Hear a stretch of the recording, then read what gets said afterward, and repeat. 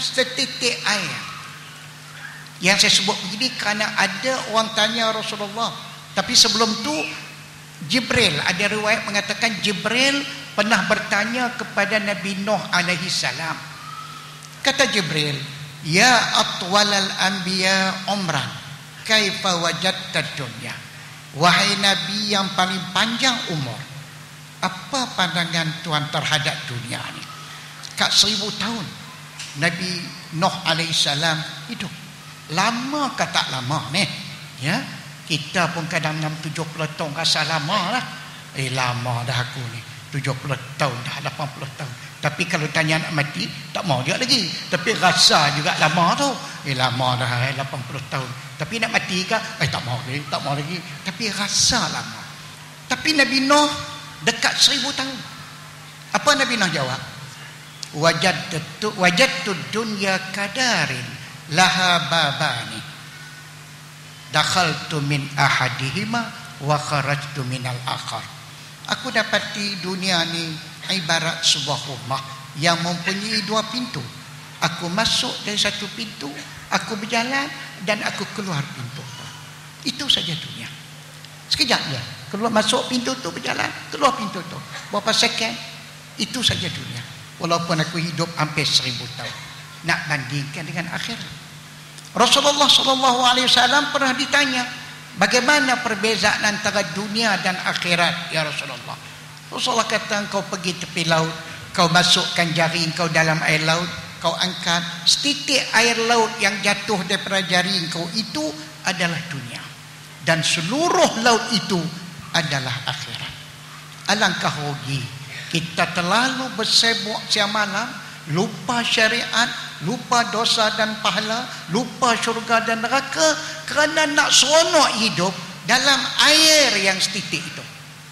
Yang kita nak hidup dalam lautan itu, tidak pernah kita fikir bagaimana kita nak hidup selamat, aman, damai dalam lautan yang luas itu.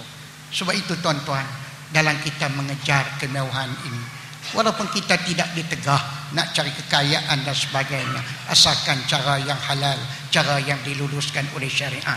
Tetapi di samping itu, kita jangan ghaflah, jangan lalai daripada yang kita nak hidup nanti, nak hidup dalam lautan yang luas itu tuan-tuan.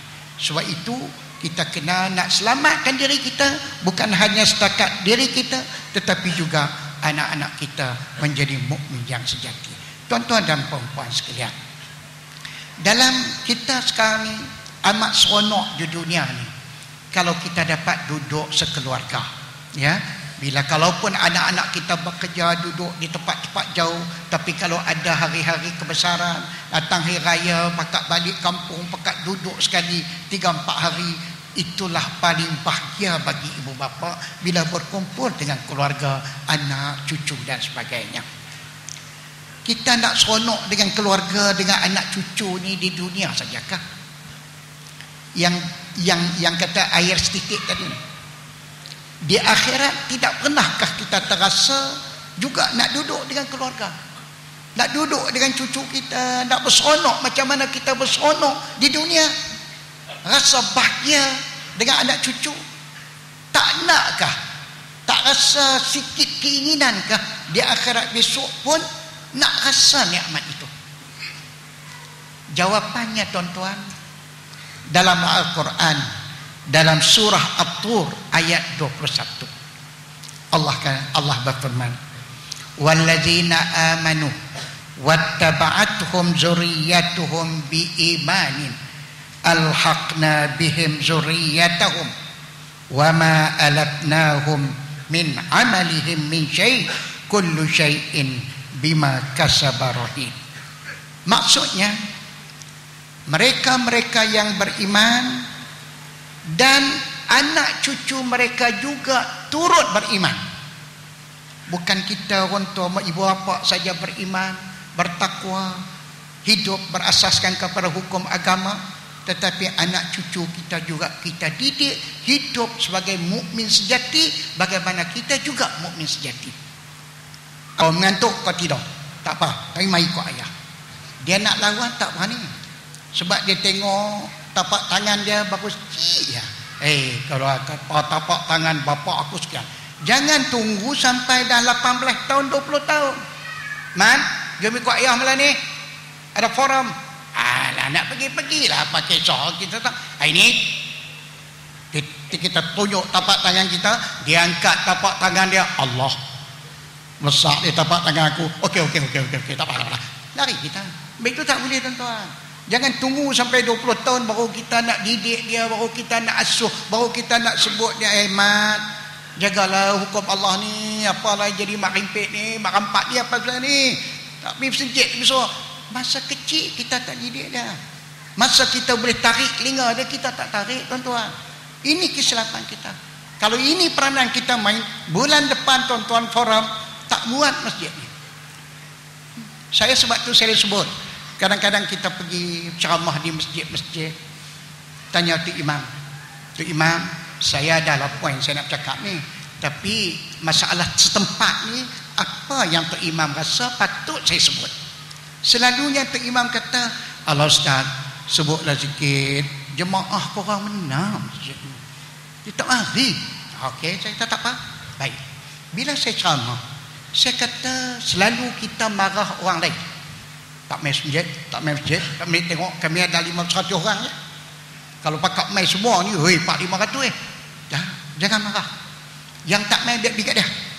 Kita yang duk mari masjid ni, apa langkah yang kita buat untuk memperbanyakkan jemaah? Kita mula dengan kita. Okey, minggu ni kita datang semua kita saja 100 orang. Minggu depan kita kata bawa tiap-tiap orang isteri. Baik, 100 jadi 200. Kalau saya kata ni kawasan ni saya tahu banyak orang kahwin dua, bawa dua-dua mari. 200 sudah jadi 300. Bawa anak pula seorang dua, dah jadi daripada 100 sudah bertukar jadi 400, 500 jemaah. Mudah saja. Tak payah marah orang yang tak mari. Kita mula. Tetapi selalunya tak jadi begitu. Kita hanya nak selamat diri kita daripada neraka, tetapi anak cucu kita tak berasa nak selamat dia daripada api neraka. Ini kesilapan kita. Bukan kesilapan orang, kesilapan kita yang duk jadi ahli masjid, ahli jemaah. Tapi kita duk warak seorang-seorang diri saja. Tak ada rasa nak ajak keluarga kita jadi warak sama. Datuk Pengerusi kata tadi, tahun depan, bulan depan, bawa anak, bawa isteri, bawa keluarga. Alhamdulillah tuan-tuan, ini kita kena mula. Sudah sampai masanya tuan-tuan yang kita tengok keadaan kita bercelaru. Macam mana teruknya laporan-laporan yang dibuat, kajian-kajian yang dibuat, bagaimana teruknya anak-anak kita hari ini. Bulan lepas saja kita dengar, saya hadir ya, Datuk Harundin dengan Datuk Tuan Ibrahim menceritakan bagaimana sampai 70%, 80%. Datuk Pengerusi pun cerita 80% anak-anak kita tidak boleh membaca Fatihah. Bayangkan tuan-tuan, silap siapa? Tentulah silap ibu bapa. Daripada kecil ni tak didik. Jadi ini kita kena balik-balik, sebab ini adalah tanggungjawab amanah Allah kepada kita sebagai ibu bapa untuk memberi didikan kepada anak-anak. Jadi tuan-tuan dan puan-puan sekalian, insya-Allah mudah-mudahan dengan ada forum-forum seperti ini akan memberi kekuatan kepada kita dalam usaha kita mentarbiah, mendidik anak-anak kita menjadi anak-anak yang soleh, yang akan menjadi aset yang paling berfaedah kepada kita dunia dan akhirat. Kalau tidak, kita rugi dunia, rugi akhirat. Rugi dunia, rugi duit, wang yang kita sudah habis beribu-ribu untuk membesarkan dia. Rugi akhirat, sekalipun dia tidak pernah meminta Allah merahmati roh kita, mengampuni dosa kita tuan-tuan. Jadi tak payah berbanggalah dengan anak yang begitu banyak. Kalau anak-anak kita ni semuanya bertaital kaki belakang. Kau nak berapa? Saya nak 10. Oh, hebat kau. Kau berapa? Saya baru 2 anak. Awak lekeh sangat. 10 tahun dah kahwin baru 2 anak. Apa punya lekeh? Tengok aku baru 5 tahun 10. Dua terbit. Yalah, okeylah 10. Tapi anak-anak engkau 10 jadi apa ni? Anakku kaki belakang. Anak pertama kaki rompak. Anak yang kedua